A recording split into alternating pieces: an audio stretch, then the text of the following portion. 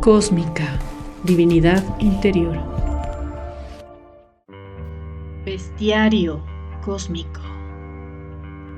Capítulo 2. La reina de las sombras inmortales. Esta historia comenzó el domingo 7 de agosto de 1560 en Girvator, con el nacimiento de una niña entre reyes, cardenales y otros nobles prominentes de Hungría. La recién nacida se llamaba Elisabeth Báthory y provenía de una familia noble y poderosa en el reino. Elisabeth fue prometida en matrimonio con Ferenc Nadasdy, un noble húngaro también de una familia influyente. A una edad temprana se casaron en 1575, cuando Elisabeth tenía 15 años. Elisabeth vivió durante su matrimonio en el castillo de Seichte, donde más tarde se desarrollarían los eventos que la llevarían a la infamia. Debido a sus deberes militares, Ferenc Nadasdy estaba a menudo ausente, dejando a Elisabeth a cargo de sus propiedades y dominios. En una de las tantas ausencias de Nadasdy, Darbulia, la bruja principal del palacio, le había anunciado a Elisabeth que su mascota, una gata negra, no era solo un animal, sino que era la reencarnación de una antigua diosa egipcia, Bastet, la desgarradora, diosa de la guerra, de la protección, el amor y la armonía, protectora de los hogares y templos, diosa impredecible que podía mostrarse tierna o feroz en cualquier momento, y que si seguía sus instrucciones, Lilith, la primera vampira, la llenaría de su poder a la condesa. Ella se sintió afortunada.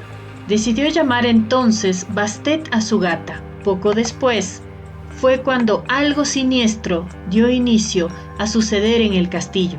La condesa comenzó a practicar junto a un séquito una forma de brujería, la magia roja, con sangre de muchachas jóvenes. Durante estos tiempos solitarios surgieron rumores de que Elisabeth comenzó a llevar a cabo suplicios y crímenes contra la vida en su castillo. Y los rumores tenían algo de verdad. Elisabeth, con la ayuda de sirvientes, brujos y colaboradores, hizo sufrir y liquidó a cientos de jóvenes doncellas locales. Elisabeth decía sentir la influencia de Bastet en ella, que a través suyo Lilith la llenaba de su poder. La historia oficial cuenta que un cachetazo a una de sus sirvientas hizo que la joven sangrara y que la condesa luego sintiera que donde le habían caído gotas de sangre, su piel se veía más joven, por lo que comenzó a tomar baños de aquel líquido vital. Lo que no se cuenta en la historia oficial es que para lograr la inmortalidad también bebía aquella sustancia roja de sus víctimas. Todo se desmadró aún más tras la muerte de Ferenc Nadasdy, también conocido como el Caballero Negro, el domingo 4 de enero de 1604 en Szarvas, Hungría, por una enfermedad desconocida en el campo de batalla. Los informes de sus crímenes atrajeron la atención de las autoridades locales. En 1610, un equipo enviado por el rey Matías II de Hungría arrestó a Elisabeth y a alguno de sus sirvientes cómplices. Fue acusada de numerosos cargos, entre ellos los más graves que puede cometer un ser humano ante la ley, por ponerle fin a la vida a 650 vírgenes de la zona. Debido a su estatus noble, Elisabeth no fue juzgada públicamente ni condenada a que se terminase con su vida.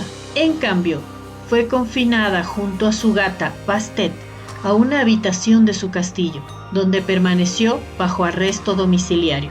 Imaginen la situación. Ella, solo junto a Bastet por años, en una habitación de su castillo, cuya única ventana que daba al exterior, si es que se le puede llamar así a un rectángulo de 1 metro por 50 centímetros, sin vidrio y con barrotes, para evitar que se escapara, con el frío del invierno penetrando en el lugar, haciendo sus necesidades en unos sucios elementos que debía pasar por el mismo lugar por el que pasaba la escasa comida que le daban. No pagaba todo el daño que había hecho, pero tampoco era una situación que hoy en día sería mínimamente humanitaria. Las historias y leyendas sobre sus crímenes macabros persistieron a lo largo de los siglos, convirtiéndola en una figura infame en la historia europea y una fuente de inspiración para diversas obras de ficción y leyendas. Murió, según dicen, el jueves 21 de agosto de 1614 en Szeged, Reino de Hungría, hoy Eslovaquia. Dicen los papeles oficiales que murió aquel jueves del verano húngaro. Se contaron varias cosas que, dicen, fueron solamente leyendas, ficciones populares, pero a veces aquellas historias que el mismo pueblo cuenta tienen algo de verdad. Esa verdad es la que contamos hoy en esta historia. Elizabeth Bathory, la condesa sangrienta, la mujer que se bañó en la misma sangre que bebió, aquella persona que añoró ser inmortal, ¿podría haber muerto tras 4 años de emparedamiento en un castillo? No, por supuesto que no. Su hechicera principal, Darbulia, le había prometido la vida eterna tanto a ella como a Bastet. Solo que aquella promesa de la vida y juventud eternas no eran la de una existencia humana. Con aquellos rituales, Elizabeth trascendió lo humano, lo esperable por medios científicos, comprobables, medibles y repetibles a través de lo mágico, de lo que está más allá de lo palpable. Elizabeth logró convertirse en lo que su antepasado, Vlad Tepes, inspiró a un novelista irlandés, pero de verdad, en una vampiresa. El día de su fallecimiento fue llevada al cementerio del castillo. Fue enterrada en un ataúd junto a su gata Bastet aún viva, como los antiguos egipcios, pero sin lujos ni pompas y quizás también sin respeto por los aldeanos que eran familiares o vecinos de alguna de sus innumerables víctimas. Dicen que aquel estado es solamente un sueño eterno, pero a veces aquella eternidad puede durar un suspiro. Un solo día duró Elizabeth bajo tierra. 2 de los sirvientes de la cocina de la condesa fueron a aquel cementerio la noche siguiente a la del entierro. Eran los 2 hermanos Nagy, Sándor, ya con familia, y Ferenc, más joven, aún sin haber encontrado mujer con la que casarse. Llegaron con la esperanza de poder saquear la tumba, pero obtuvieron una gran sorpresa al ver que la condesa los veía con sus 2 ojos grandes verdes, y junto a ella dormía plácidamente Bastet, como si nada hubiera ocurrido. Aquellos 2 saqueadores fallidos la ayudaron a salir del ataúd y se la llevaron oculta en el carro con el que habían ido al lugar. Volvieron al pueblo y la ocultaron en la casa del más joven de ellos, que vivía solo. Más tarde se reunirían en aquel hogar cuando la familia se fuese a dormir. A Elizabeth, escasa de fuerzas, la recostaron en un camastro de la que a duras penas podía llamarse casa, que poseía una sola habitación en la que todo estaba a la vista. Ferenc cerró las persianas de madera y corrió las cortinas, intentando ocultar lo máximo posible a la inesperada visitante. Fue a buscar un vaso de agua y un pan que le había sobrado para dárselo a quien antes fuera ama y señora de la zona. Mientras tanto, Bastet miraba fijamente al húngaro desde los pies del camastro. Al volver a ella, vio que ya había abierto los ojos. Se la notaba débil, si bien su piel ya no tenía la tersura de cuando era joven. Estaba más agrietada que cuando la vio por última vez, pocos días antes de que la detuvieran. Pensó que tal vez había sido por el encierro. Condesa, veo que por suerte despertó. Beba, pasó un día entero enterrada viva. Elizabeth no bebió agua, precisamente. Vio las venas de la muñeca de aquel joven, llenas de vida y vigor. No eran las de una niña aún virgen, pero le servía para reponer las fuerzas tras 4 años de confinamiento en los que apenas se había alimentado de la sangre de algún gorrión que se apoyaba en el ventanuco o de las abundantes ratas y arañas que entraban por grietas de las paredes grises de piedra o bajo la puerta. No podría haber bebido la sangre de Bastet. Ella era una diosa antigua, la que albergaba el poder de Lilith y quien le brindaba un poder inusitado sobre las personas, ese hipnotismo que solo los dioses, los vampiros y los gatos poseen. En un movimiento rápido, Elizabeth tomó con su mano izquierda la mano derecha de Ferenc y mordió sus venas. El hombre se movió fuertemente y rápido, pero aquello no era una dama delicada desde hacía años. Aún debilitada, seguía siendo una vampiresa, la más fuerte. Ella, acostumbrada a beber despacio, no creyó que su víctima fuera a responder de manera diferente a las vírgenes a las que acudía antes. Viendo que no había forma de deshacerse de su mordisco, Ferenc decidió morderla en el cuello con todas sus fuerzas. Esto sorprendió a la condesa, por lo que lo soltó. Él también hizo lo mismo y se apartó de ella. La boca del hombre estaba repleta de sangre. Ella se palpó y notó que rápidamente su piel se estaba recuperando. ¡Estúpido! ¡No tienes idea de lo que acabas de hacer!, le gritó. El hombre perdía sangre profusamente por su muñeca. Ella se acercó al hombre, que temblaba de miedo.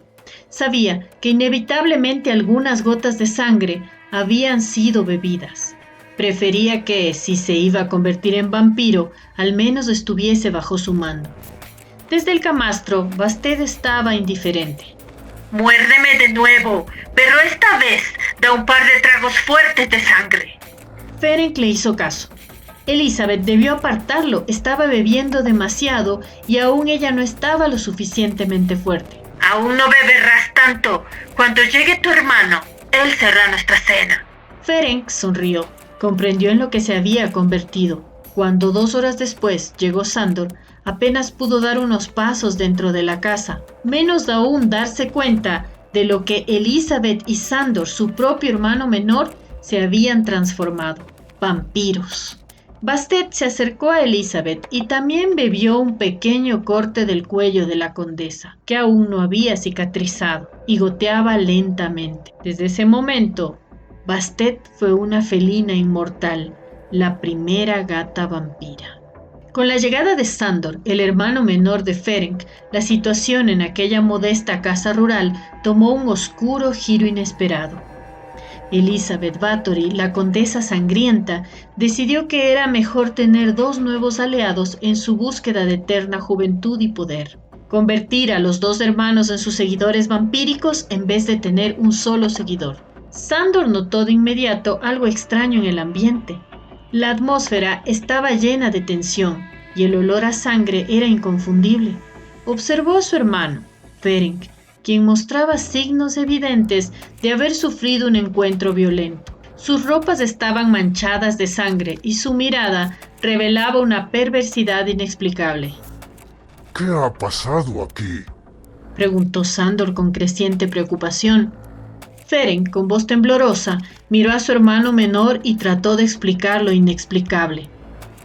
Adgesat, Sandor, Elizabeth, ella está... no sé cómo explicarlo. Me ha convertido. Sandor se quedó perplejo. Miró hacia donde Ferenc señalaba y vio a Elizabeth sentada en el rincón más oscuro de la habitación. Aunque parecía estar débil, sus ojos verdes brillaban sobrenaturalmente. Sandor tragó saliva, sintiendo un nudo en la garganta.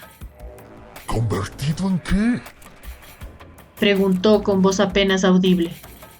Ferenc, hermano, por favor, explícame qué te está pasando, insistió Sandor. Ferenc, sintiendo la presión de la verdad, se acercó a su hermano y le contó la increíble historia de lo que había ocurrido hacía 2 horas, de cómo ella lo había transformado en un ser no muerto, sediento de sangre y vida eterna. Le contó que hasta Bastet también había bebido la sangre de Elizabeth.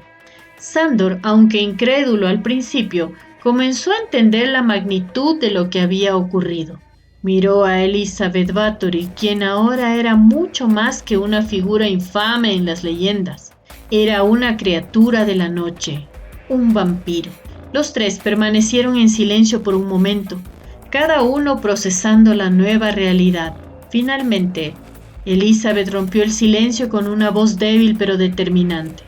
Sandor, hermano de Ferenc, tú también puedes unirte a nosotros en esta nueva vida. Una que es eterna nos espera. Solo necesitas beber de la sangre para unirte a nuestra familia, susurró Elizabeth. Sandor, luchando entre el miedo y la fascinación, miró a su hermano menor en busca de orientación. Ferenc, resignado a su destino vampírico, asintió con la cabeza. Sabía que ya no había vuelta atrás. Sin palabras, Sándor se acercó a Elizabeth y con la mano temblorosa permitió que ella lo guiara hacia su nuevo destino. Elizabeth le ofreció su muñeca y Sándor, con un suspiro, mordió. El sabor de la sangre llenó su boca y en un instante sintió la transformación. La sed de sangre lo consumió, pero junto a ella llegó una nueva sensación de poder y vigor. Ahora, los tres vampiros se encontraban unidos por la sangre, la noche y el deseo eterno.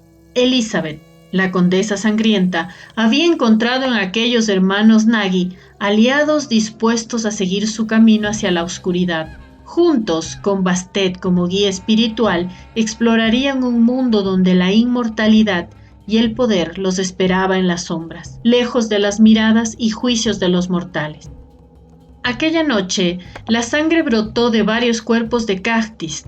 Dos novatos, una hambrienta condesa y una gata peculiar debían alimentarse. Elizabeth y sus dos nuevos seguidores partieron en busca de más seguidores dispuestos a unirse al culto de las sombras, como decidieron llamar a aquella secta vampírica en la que ella era la sacerdotisa suprema. Decidieron recorrer Europa, desde las tierras de Hungría hasta las ciudades más lejanas y remotas, en busca de aquellos sedientos de poder y eternidad, también de aquellos que saciaran la sed de ellos mismos. Viajaron de noche, caminando entre las sombras, evitando las miradas curiosas y alimentándose de los incautos que se cruzaban en su camino. Elizabeth, aunque aún estaba recuperándose de su largo encierro, poseía una astucia y carisma que le encantaba a sus seguidores potenciales. Ferenc, por su parte, se convirtió en su fiel lugarteniente, manejando las tareas logísticas y asegurando la lealtad de quienes se unían a la secta vampírica que Elizabeth había creado, el culto de las sombras. Con el paso del tiempo, el culto de las sombras comenzó a crecer en tamaño, aunque no en notoriedad. Sabían ocultarse bien bajo el manto del secretismo. A medida que ganaban seguidores, Elizabeth compartía sus conocimientos y habilidades con aquellos que demostraban ser dignos. Enseñaba el arte de la seducción, la manipulación y el control de las sombras. Bajo su guía, los miembros del culto descubrieron un nuevo mundo lleno de poder y oscuridad. También supieron de entrada que Elizabeth era la cabeza de la secta y que solo ella ostentaba el poder, tal como lo había hecho en vida. Las noches se volvieron el dominio del culto. En cada ciudad que visitaban, reclutaban nuevos adeptos y extendían su influencia. Los mortales que se atrevían a desafiarlos eran consumidos por la sed de sangre de los vampiros, mientras que aquellos que buscaban la inmortalidad eran recibidos en el círculo íntimo de Elizabeth. A medida que pasaban los años, el culto se convirtió en una fuerza clandestina y poderosa en las sombras de Europa. Elizabeth Bathory, la condesa sangrienta, se erigió como una figura mítica y temida, un ser que había trascendido la inmortalidad, pero la inmortalidad tenía su precio. A pesar de su poder, Elizabeth nunca pudo escapar completamente de su sed insaciable de sangre. A medida que el culto se expandía, también se cometieron algunos errores por parte de los novatos. Errores que despertaron la atención de aquellos que buscaban destruirlos. Los cazadores de vampiros de aquella época europea aún oscurantista se unieron para erradicar la secta vampírica que se había apoderado de Europa. Elizabeth, Ferenc y Sándor enfrentaron numerosos intentos de destrucción, pero su astucia y habilidades vampíricas los mantuvieron a un paso adelante de sus enemigos. Sin embargo, la inmortalidad no garantizaba la invencibilidad. Los enemigos se volvieron más audaces en su búsqueda de acabar con el culto. Después de enfrentar una persecución implacable en Europa, Elizabeth y su séquito decidieron escapar hacia el continente americano desde el puerto de Cádiz. Era un plan infalible, sin fisuras. Llegaron al puerto el miércoles 15 de agosto de 1781, ocultándose entre los pasajeros y la carga en un barco que se dirigía a los puertos españoles de los virreinatos en América. Una vez a bordo, Báthory y sus seguidores se alojaron en los camarotes de primera clase, camuflados entre los demás pasajeros. Sin embargo, la sed de sangre de los vampiros no tardó en manifestarse. Una noche, durante la travesía, estalló una masacre a bordo. La tripulación y los pasajeros se vieron envueltos en un caos de horror, mientras los vampiros se alimentaban y aterrorizaban a los ocupantes del barco. Nadie quedó con vida en aquella nave cuyos maderos quedaron teñidos de rojo. El barco llegó primero al puerto de Veracruz, en el Virreinato de Nueva España, hoy en día México. Fue conducido por Ferenc, el hombre que era la mano derecha de Báthory. Por orden de la condesa sangrienta, 1/3 de los vampiros desembarcaron allí y se establecieron en la región, mientras que los demás continuaron su viaje. Entre ellos estaba el mismísimo Ferenc, quien se volvió la cabeza de la secta vampírica en esta nueva tierra y subordinado por el poder de Elizabeth. Tras esperar un día en Veracruz, el grupo restante partió hacia Cartagena de Indias, en el Virreinato de Nueva Granada, ciudad hoy perteneciente a Colombia, donde otro 1/3 de los vampiros bajaron del barco por orden de la condesa y se establecieron en estas tierras sudamericanas. Sándor, el otro hermano de los Nagi, fue el cabecilla del culto de las sombras por aquellas tierras. Después de otro breve descanso, el barco se dirigió hacia Buenos Aires, en el Virreinato del Río de la Plata, hoy la capital de Argentina. En este punto, los últimos vampiros restantes desembarcaron, junto con las mercaderías que habían robado durante sus paradas anteriores, obtenidas de las víctimas que habían cazado durante sus estadías. Elizabeth decidió afincarse en la aldea que era Buenos Aires en aquel momento. Desde allí, dirigía toda la secta en este continente, en donde había un nuevo comienzo para todos, humanos, vampiros y Bastet, por supuesto. En esta nueva tierra, los vampiros continuaron su búsqueda de poder y dominio, estableciéndose en las sombras de la sociedad colonial española. Báthory planeaba expandir sus influencias en estas nuevas tierras, aprovechando la oscuridad de la noche y las oportunidades que ofrecía el vasto continente americano. Así, la infame condesa sangrienta y su círculo de seguidores vampíricos comenzaron una nueva era en el Nuevo Mundo, tejiendo su red de intrigas y terror mientras buscaban satisfacer su sed de sangre y poder en las tierras lejanas de América colonial. En los años 1806 y 1807, mientras los ingleses buscaban invadir Buenos Aires, ocultos entre los invasores, los cazadores de vampiros ingleses también tenían interés en capturar a Báthory y su séquito, que se mantuvieron ocultos. Pero Báthory y sus vampiros no eran simples observadores de la historia. Durante la Revolución de Mayo, en 1810, en Buenos Aires, se convirtieron en agentes nocturnos antiespañoles, desempeñando una intensa labor en las sombras para apoyar a los revolucionarios que buscaban la independencia. Coordinaron sus esfuerzos con los otros vampiros de Nueva Granada y Nueva España, convirtiéndose en armas secretas de los patriotas en las guerras de independencia latinoamericanas. Los vampiros de Báthory utilizaron sus habilidades únicas para influir en las batallas y estrategias, actuando con sigilo y efectividad en las sombras de las ciudades y campos de batalla. Claro, sin que los revolucionarios supieran, siempre se mantuvieron en secreto. Su presencia oculta y poderosa fue fundamental para muchas victorias clave de los revolucionarios en la lucha por la independencia. En 1828, un evento fortuito cambió la historia de una parte de Buenos Aires: la conversión de Juan Manuel de Rosas en vampiro.